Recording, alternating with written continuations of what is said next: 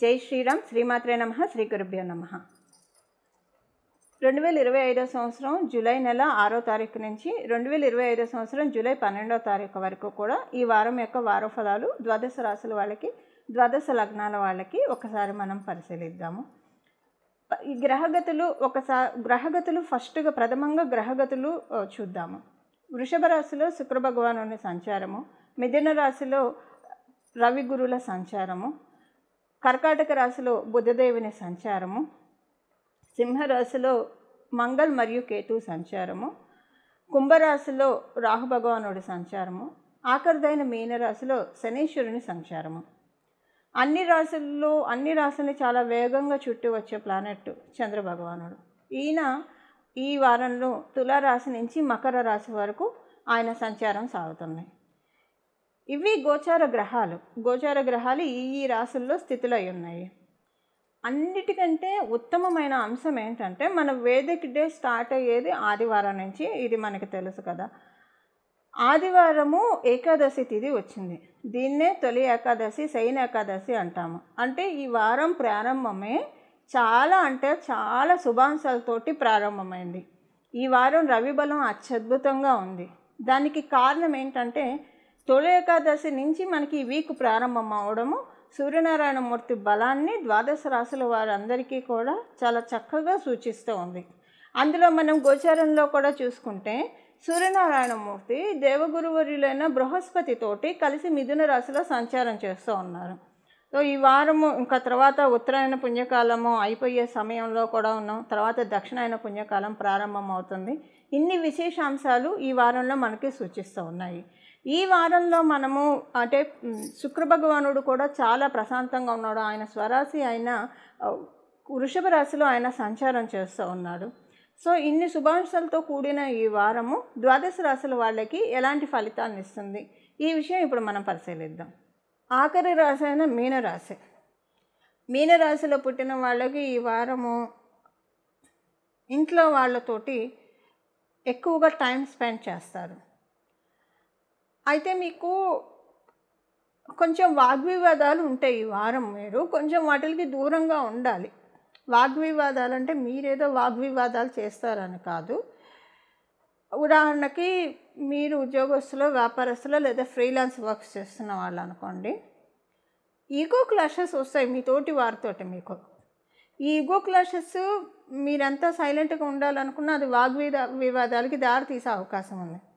So వాక్కు వివాదానికి దారి తీస్తుంది. కాబట్టి ఈ వారం మీరు కొంచెం సైలెంట్గా ఉండడం బెస్ట్ మీకు.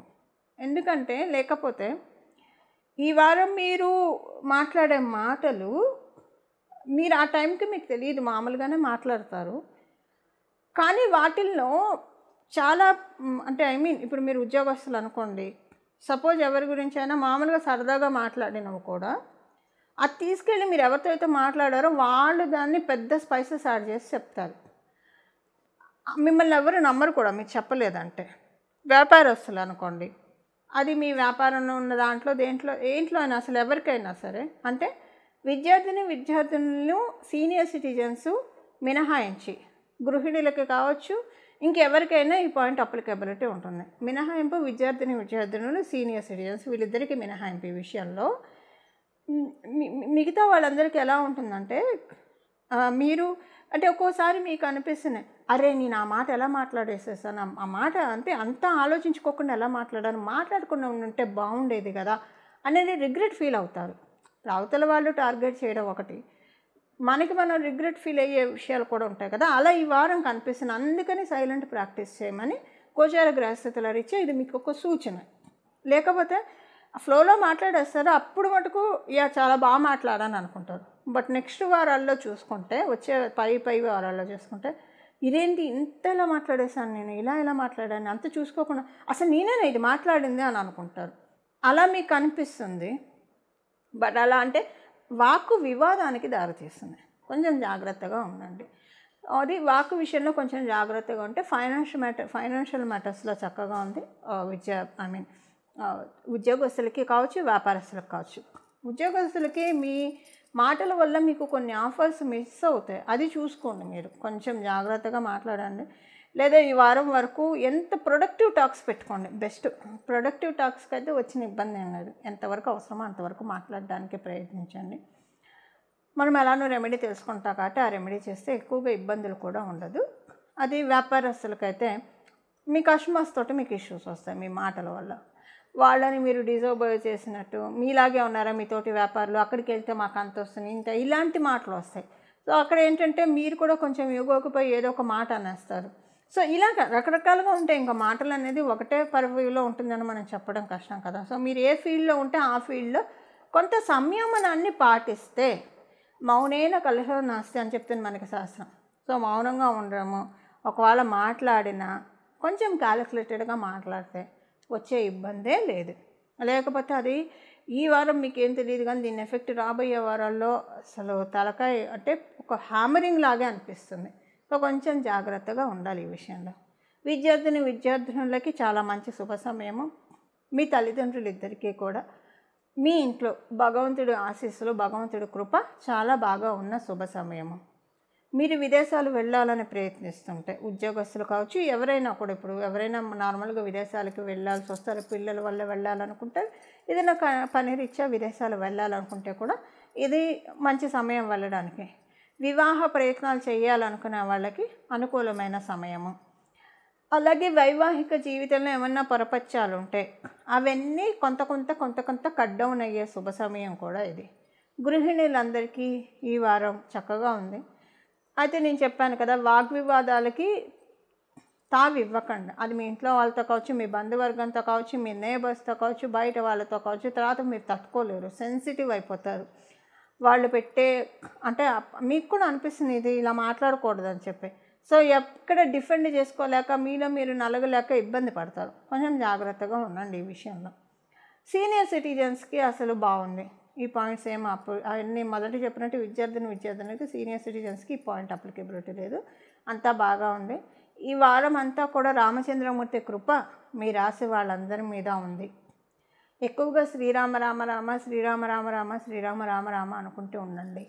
అన్నీ అంటే అసలు పెద్ద ఆపదలు అంటే ఏం లేవు. చాలా బాగుంది ఈ వారము అందరికీ కూడా. కాకపోతే మీకు ఈ చిన్న విషయం అంతే, మాట వల్ల మీకు ఇబ్బందులు వస్తాయి కాబట్టి అది జాగ్రత్తగా ఉంటే అసలు అత్యద్భుతంగా ఉంది మీకు ఈ వారం అంతా కూడా. ఇవి ఈ వారం ఉన్న గోచార గ్రహస్థితుల ఫలితాలు మీనరాశి, మీన లగ్నంలో పుట్టిన వాళ్ళకి. ఈ వారము ద్వాదశ రాశుల వాళ్ళు చేసుకోవాల్సిన పరిహారము, సూర్యనారాయణమూర్తి బలం అత్యద్భుతంగా ఉండడం వలన ఈ వారం మొత్తం కూడా సూర్యనారాయణమూర్తి ఆరాధన చాలా మంచి ఫలితాన్ని ఇస్తుంది. ఏకాదశి ఆదివారంతో కూడి వచ్చింది మనకి. అంటే మనం చాలా రకాలైన పూజలు చేస్తూ ఉంటాము.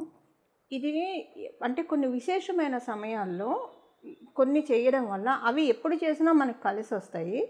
కానీ కొన్ని విశేషమైన రోజుల్లో చేయడం వల్ల పట్టు ఎక్కువ ఉంటుంది.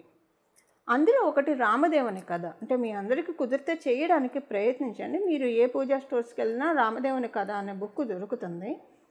అదేంటంటే 5 గురువారాలు 5 ఆదివారాలు చేయాలి.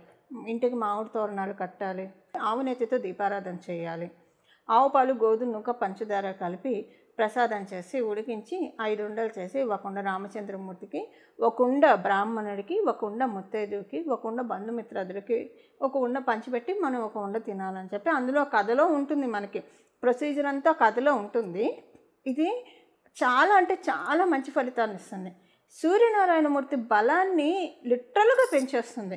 ఇక్ష్వాకుల వంశ తిలకుడు కదా రామచంద్రమూర్తి. ఇక్ష్వాకుల వంశానికి ఆరాధ్య దైవం ఎవరు? సూర్యనారాయణమూర్తే కదా. ఒక్కసారి మీరు అంటే ఇది నేను చేశాను, చాలామందికి చెప్పడం కూడా జరిగింది. ఇది చేసిన తర్వాత చాలామంది మంచి రిజల్ట్స్ కూడా చూశారు.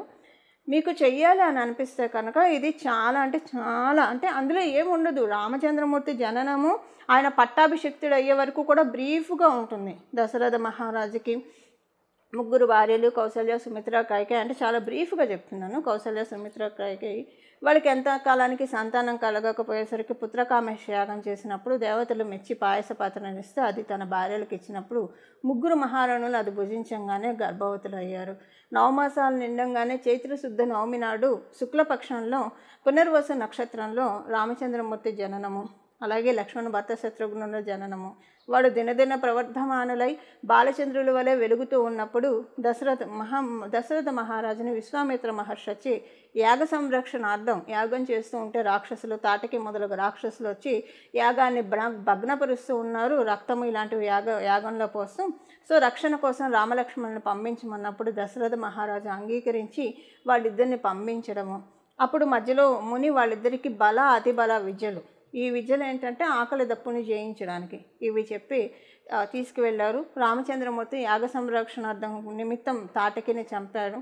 అలాగే శివుని విల్లి వంచి సీతామహాసాధ్విని పెళ్లి చేసుకోవడము, అహల్య శాప విమోచనం చేయడము, కైకవరం చేత 14 ఏళ్ళు వనవాసానికి వెళ్ళడము, అజ్ఞానంతో వచ్చి రావణాసురుడు సీతామహాసాధ్విని చెరపట్టి తీసుకువెళ్ళడము, తర్వాత లంకాపురానికి వెళ్ళడము, లంకా దహనం చేయడము, విభీషణుడికి రావణాసుని వధించి విభీషణుడికి పట్టం కట్టి తిరిగి అయోధ్యకి తిరిగి వచ్చి సుఖంగా పట్టాభిషిక్తులై రాజ్యం వెళ్తూ ఉన్నారు. అంటే మన రామాయణం ఉన్నదే బ్రీఫ్గా ఇందులో ఉన్నది, పట్టాభిషిక్తం వరకు ఉంది. అంటే మనము రామచంద్రమూర్తిని ప్రతి ఆదివారము రామచంద్రమూర్తి కథ బ్రీఫ్గా, అంటే చాలా బ్రీఫ్గా ఉంది కానీ మొత్తం మనకు కవర్ అవుతుంది. మన రామాయణం మొత్తం మనం చదవడం కష్టం ఒక రోజులో. సో ఇండైరెక్ట్గా రామాయణం మొత్తం, అసలు రామాయణం మొత్తం చదవాలి, రామాయణ గ్రంథం మన ఇంట్లో ఉండాలి, అది చేయాలి. ఇది ప్రతి గురువారం ప్రతి ఆదివారము రామచంద్రమూర్తికి సంబంధించిన ఈ కథను చదువుతూ ఉండడం వల్ల హనుమత్ ప్రసన్నతను పొందుతారు. నేనైతే హనుమత్ ప్రసన్నతను పొందాను, ఖచ్చితంగా పొందాను. నేను ఎప్పుడు కాదు, ఇది నేను ఎప్పుడైతే చేశానో ఒక 6 సంవత్సరాల క్రితం, ఒక 10 సంవత్సరాల క్రితం చేశాను. ఇది చేసిన తర్వాత నుంచి నా జీవితంలో వెనక్కి తిరిగి చూసుకునే పరిస్థితులు నాకు ఎప్పుడూ రాలేదు. నేను ప్రతి గురువారం ప్రతి ఆదివారం అంటే నేను ఆ కథ చదువుకుని అక్షంతలు అయితే వేసుకుంటాను, ఎందుకంటే నాకు అంత సెంటిమెంట్ ఆ కథ. చాలామందికి చెప్పాను, అందరికీ మంచి జరిగింది. ఇప్పుడు ఇదంతా ఎందుకు చెప్తున్నానంటే ఈ వారము చాలా బాగుంది. సూర్యనారాయణమూర్తి పట్టు పర్ఫెక్ట్గా ఉన్న సమయము గోచారంలో కూడా మనం చూసుకుంటే ఈ సమయంలో మనకి ఇంకా పంచాంగ గణన లెక్కల ప్రకారం కూడా ఏకాదశి ఆదివారం రావడము, ఇవన్నీ ఇన్ని శుభాంశాలతో కూడి ఉన్నది. మనందరి జీవితంలో శుభత్వం రావడానికి రామదేవుని కథ మీకు ఏ పూజా స్టోర్స్లో అయినా దొరుకుతుంది, భక్తి బుక్కులు అమ్మే షాపుల్లో దొరుకుతాయి, తెచ్చి చేయడానికి ప్రయత్నించండి. 5 గురువారాలు 5 ఆదివారాలు ఇవన్నీ మేము చేయలేమండి అని అనుకున్నప్పుడు రామదేవుని కథ అంటే ఇప్పుడు మనం తెలుసుకున్న, ఇప్పుడు నేను చెప్పాను కదా, ఇది మీకు తెలుసు కదా మనకి రామాయణము, అదైనా సరే బ్రీఫ్గా మీ మనసులో నెమరు వేసుకోండి. ఆదివారాలు గురువారాలు, ప్రతి ఆదివారం ప్రతి గురువారము, ఈ ఆదివారం నుంచి మొదలు పెట్టండి, చాలా మంచి ఫలితాలు వస్తాయి. ఇవేమీ చేయలేము. శ్రీరామ రామ రామ, శ్రీరామ రామ రామ, శ్రీరామ రామ రామ, ఏదన్నా చేసుకోండి. అంటే మీరు చేసుకుంటారు, మీరంతా నాకు తెలుసు, అందరికీ భక్తిభావం కలవాళ్ళే. భగవంతుడి కోసం టైం అంటే చక్కగా కేటాయించే వాళ్ళమే మనందరం కూడా. సో అంటే సమయాభావాన్ని బట్టి చేయలేకపోతున్నామే అన్న ఆర్తి పడకుండా ఇలాగైనా చేసుకోవచ్చు. ఇలా చేసుకొని చూడండి. ఈ వారం తర్వాత, ఈ వారం నుంచి చాలా సత్ఫలితాల్ని మనందరం ఖచ్చితంగా చూసే తీరుతాము. ఇలా మనందరం కూడా భగవత్ కృప, విశేష కృపకి పాత్రలు అవ్వాలని చెప్పి నేను కూడా మనందరి తరఫున భగవంతుడిని ప్రార్థిస్తూ మంగళం. నమో భగవతే వాసుదేవాయ.